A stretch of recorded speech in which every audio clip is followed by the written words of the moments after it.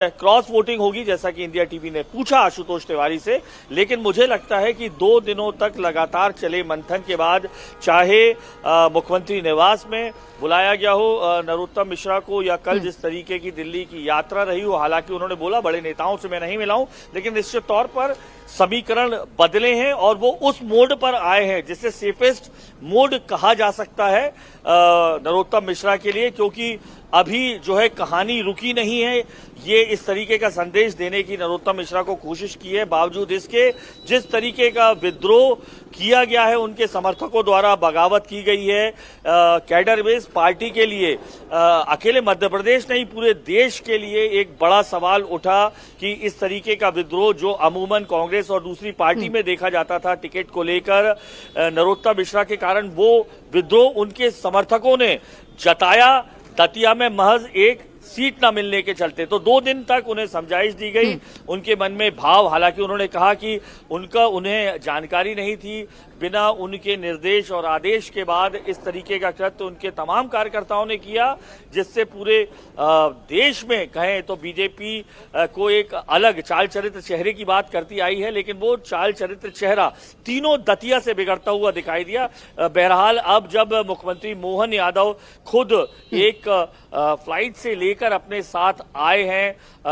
नरोत्तम मिश्रा को, साथ में हमने देखा जिस जिलाध्यक्ष ने, दतिया के जिलाध्यक्ष ने, रघुवीर सिंह ने रिजाइन दिया था, तमाम अपने कार्यकर्ताओं के साथ तमाम बूथ के लोगों ने रिजाइन दिया था, जिला पंचायत से लेकर जनपद अध्यक्ष समेत तमाम लोगों ने जो रिजाइन दिया था, आज इसी मंच पर इन्हीं कुर्सियों में तमाम वो कार्यकर्ता बैठे आए जो बीते 15 सालों से दतिया का एक ही नेता, दतिया का नेता कैसा हो, नरोत्तम मिश्रा जैसा हो का नारा लगाते आया था। लेकिन नरोत्तम मिश्रा ने, जब इंडिया टीवी ने पूछा कि इस तरीके का नारा लगता था, अब इस नारे में क्या बदलाव होगा? अनुराग, ये बदलाव 2017 में आ ही गया जब नरोत्तम मिश्रा वहां से चुनाव हारे, और घनश्याम सिंह कितनी बड़ी चुनौती आशुतोष तिवारी के सामने है, क्योंकि उनका ये पहला चुनाव है। और वहां का जाति समीकरण क्या कहता है, क्योंकि ब्राह्मण वोट भी वहां पर है, लेकिन उससे ज्यादा वोट अनुसूचित जाति का है।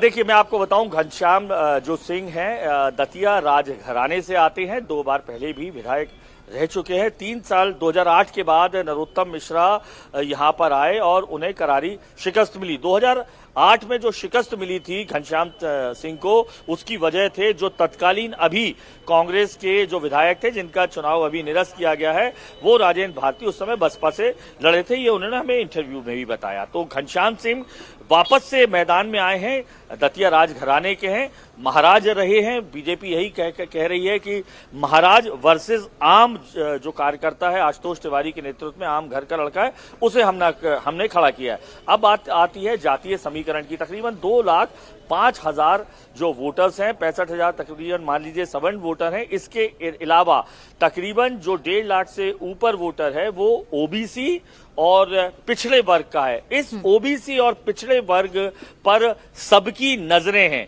दामोदर तिवारी तीसरा एक्स फैक्टर के रूप में आया, जिसके कारण कहा जा रहा है त्रिकोणीय फैक्टर है। जो आजाद समाज पार्टी, काशीराम चंद्रशेखर की पार्टी से जो है दामोदर यादव, जो सेवड़ा से पिछला चुनाव लड़े थे, इसके पास की विधानसभा 30,000 वोट पाए थे, बीजेपी से सिर्फ 10,000 कम, वो यहां से मैदान पर हैं। और खुला उनका दावा है कि जो बीजेपी ने वोट दिया है, वो जिस प्रत्याशी को दिया है उसके 30-35 हजार वोटर हैं, और जिसको कांग्रेस ने टिकट दिया है घनश्याम सिंह, उसके 10 से 15 हजार वोट हैं। लेकिन मैं जहां खड़ा हूं, जिस जगह से खड़ा हूं, उसके सामने 1.5 लाख वोटर हैं अनुसूचित जाति और ओबीसी। तो जातीय समीकरण अगर ये बात करें तो दामोदर तिवारी अपनी तरफ खींचते हुए दिखाई देते हैं कि ओबीसी और पिछड़ा वर्ग मिले। लेकिन समझा जा सकता है बी टीम क्यों कह रही है कांग्रेस दामोदर यादव को। इसलिए कह रही है बी टीम क्योंकि जो वोट कांग्रेस की तरफ जाने थे वो निश्चित तौर पर अब बटकर, चाहे वो यादव वोटर हो